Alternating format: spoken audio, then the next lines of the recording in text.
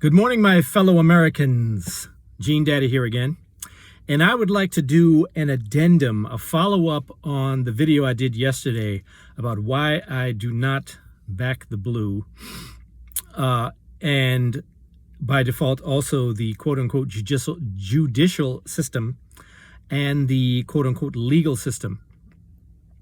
On May 30th of this year, right when the foolishness with George Floyd started and the riots with Black Lives Mafia and so forth were happening across the country, a fellow by the name of Jake Gardner, all these guys have Jake or Jay in their name, who was a bar owner in Omaha, Nebraska, was attacked. His bar was attacked, the windows were smashed, and he was physically attacked by a fellow by the name of Scurlock, James Scurlock, in Omaha, Nebraska. A scuffle ensued. Jake Gardner was armed. He fired warning shots in the air, but was still attacked. And eventually, in the scuffle with James Scurlock, he ended up in self-defense, shooting and killing James Scurlock. Now, there is video evidence out there. Unfortunately, I do not have the link to put in the description section, but there is video of the event. Initially, it was ruled as self-defense by the police, but then later on, due to pressure by BLM, pressure that was put on the prosecutor's office. Let's see, it was by the U.S. attorney, assistant U.S. attorney from the U.S. attorney's office. Pressure was put on the U.S. attorney's office, I guess, to revisit this case. And according to the report, it was expected that the result would be the same, that it would come back as a self-defense assessment or result of this incident.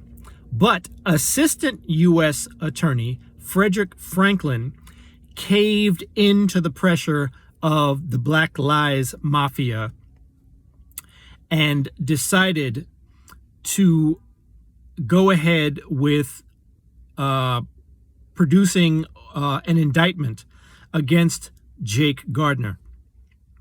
Among the charges that were levied against him were manslaughter and something to do with assault, because he fired 2 warning shots in the air. So the second warning shot counted as aggravated assault or something to that effect, and a list of other charges.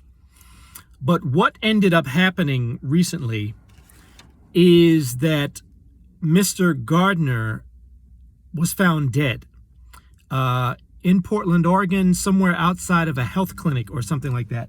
And it was ruled a suicide. But there is some suspicion, given the distance he was away from this health center or whatever it was, and by accounts from friends of his, that it did not seem as if he would be in the mind state to be suicidal. So there is some suspicion around the conclusion of his death. Did potentially BLM put out a hit on him because of the fact that he shot Mr. Scurlock, who was associated with the BLM protest? Is that possible? Is there some other nefarious underlying factor that may have caused his death?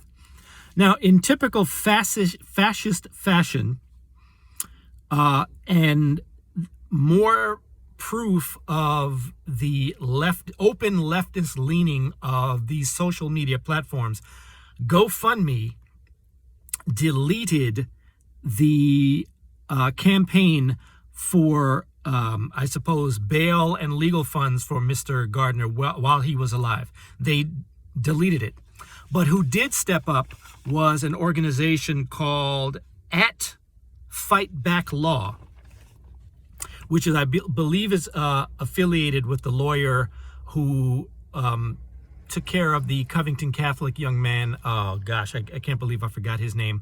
as well as Kyle Rittenhouse in terms of their legal fees. They've circumnavigated all that GoFundMe crap and have set up their own legal donation site / fund. So that is what happened with that situation. But once again, it shows, in summation, I'm trying to make this one much shorter than the other ones, is that it is a combination of more cowardice and complicity by the quote-unquote legal / justice system, and the emergence, more or less, of the Black Lives Mafia becoming a political entity and having a political force where they can put pressure on people in these ways. So, it could be based in their funding, because, there's suspicion of who is actually funding them, for them to have this kind of political power, to be able to have this influence over people. But once again, we must not dismiss the overall view of this, that this is how communism and Marxism takes over. They are, in my assessment, they are using the pen to be mightier than the sword to defeat those who are armed. Okay, they are using the pen via the legal system to drain the pockets of those who wish to defend themselves. None of the people who were arrested in Portland for attacking the federal courthouses and who were brought on federal charges had to come out of their own pocket. They have organizations, celebrities, Kamala Harris, Camel Toe Harris, whatever her name is, and the Joe Biden campaign, who are actually collecting funds to get bail money for these rioters, looters, and murderers who are killing people in the streets, who are destroying property. They're getting arrested, and these celebrities and political figures are collecting money for their bail money to have them sprung from jail and set free. So in this case, once again, we have another issue where a law-abiding citizen defending their own property, defending their own life, is vilified for doing so. This is all part and parcel, part of the process to employ Marxism here in this country. One of the first priorities, one of the first objectives of Marxism, as we have seen with Mao, with Stalin, with Hitler, with Mussolini, is to disarm the general public, to handicap the general public from being able to defend themselves. That way, they can send their goons, their brown shirts, their Black Lives Mafia goons to terrorize, and that's exactly what it is. They are domestic terrorists, to terrorize and antagonize the law-abiding citizens, especially if they are white, to capitulate, to throw up their hands and say, we cannot defend themselves, which is why, again, with one of the reasons I do not back the blue is because of the fact that part of the goon squads, if, just like I said with the Milwaukee example yesterday, it's going to come to a point where law-abiding citizens are going to have to wake up and realize that they may have to aim whatever, let's say, defense mechanisms are going to have to be aimed not only at the mob, but at some people that wear certain uniforms.